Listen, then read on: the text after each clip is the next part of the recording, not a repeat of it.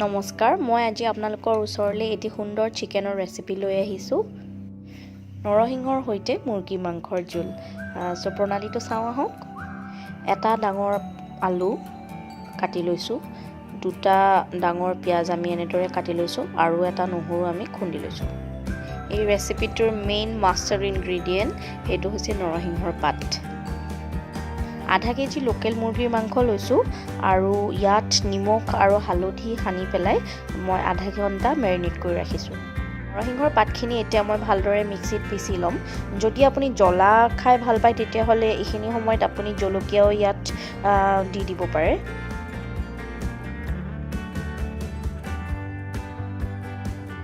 এখন কেৰাহীত 3 চামুচ মিঠাতেল আপুনি গৰম হ'ব দিব আৰু তাত পিঁয়াজখিনি দি দিব, কুটি থোৱা পিঁয়াজখিনি। এই গৰম তেলত পিঁয়াজ দিয়াৰ পিছত যিটো চেৰচেৰণি শব্দ কৰে সেই শুনি যে মই খুব ভাল পাওঁ। আপোনালোকৰ বাৰু কেনেকুৱা লাগে মোক নিশ্চয় জনাব, তলত দিয়া কমেণ্ট বক্সত কমেণ্ট কৰি পেলাই।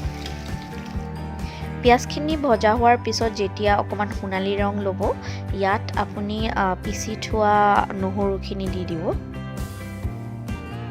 ভালকৈ ভাজি ল'ব। নহৰুটো মিক্সিত পিচি দিয়াতকৈ মই এনেকৈ অকণমান ৰাফলি খুন্দি দিলে যিটো টেষ্ট আহে সেইটো বেছি ভাল পাওঁ। সেইটোৱে চাগে বেছি ভাল লাগে। পিঁয়াজ আৰু নহৰুখিনি অকণমান ভালদৰে ভজা হোৱাৰ পিছত ইয়াত মুৰ্গীৰ মাংসখিনি আপুনি দি দিব। মুৰ্গীৰ মাংসখিনি মই আধা ঘণ্টা মেৰিনেট কৰি ৰাখিছিলোঁ হালধি আৰু নিমখৰ সৈতে।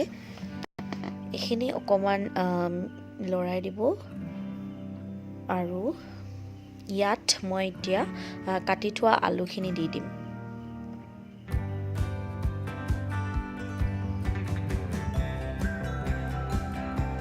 আপোনালোকে মাজে মাজে মাংসখিনি লৰাই থাকিব। ঢাকনি এখনো দি থৈ দিব পাৰে।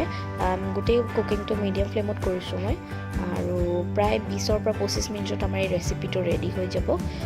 লোকেল চিকেনৰ কাৰী যে খাবলৈ বহুত টেষ্টি হয়। বাহিৰত লোকেল চিকেন পায়নে নাই মই নাজানো, কিন্তু আমাৰ ইয়াত থলুৱা খাদ্য, মুৰ্গীৰ মাংসৰে বনোৱা কিমান থলুৱা খাদ্য আছে। লাই শাকেৰে লোকেল চিকেন, কলডিলেৰে লোকেল চিকেন, তিলেৰে লোকেল চিকেন, মই আটাইকেইটা বনাইছোঁ। মোৰ চেনেলত গোটেইকেইটা পাব। চ' এতিয়া মই ইয়াত নৰসিংহৰ পেষ্টটো এড কৰি দিম। এয়া আছিলে মোৰ নৰসিংহৰ পেষ্ট। তলৰ এই জোলখিনিও দি দিব আৰু ভালদৰে মিহলাই ল'ব।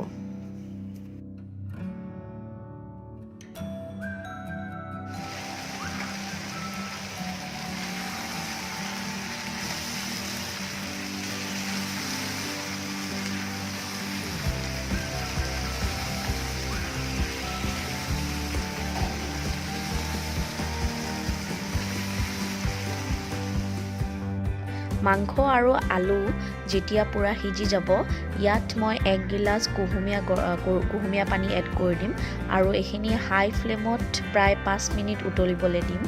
আৰু আমাৰ নৰসিংহৰ সৈতে মুৰ্গীৰ মাংস, that is chicken with curry leaves, ready.